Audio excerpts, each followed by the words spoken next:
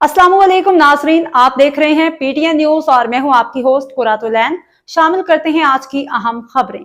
वज़ीर आज़म के आइंदा रमज़ान के लिए सूद मंद पैकेज और सिफारिशात मुरतब करने की हिदायत। इस्लामाबाद वज़ीर आज़म मोहम्मद शहबाज शरीफ ने आइंदा रमज़ानुल मुबारक के लिए मुतल्लिका इदारों को सूद मंद पैकेज और सिफारिशात मुरतब करने की हिदायत कर दी।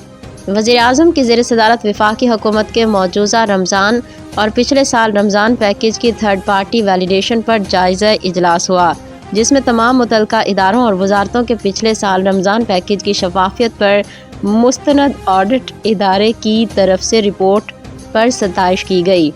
वज़ीर आज़म ने कहा कि पिछले साल से वफाकी हुकूमत ने गरीब आवाम को रमज़ान पैकेज की बदौलत अर्ज़ा नरखों पर अशिया खुर्दोनोश की फरहमी के लिए शफाफ निज़ाम तरतीब दिया है।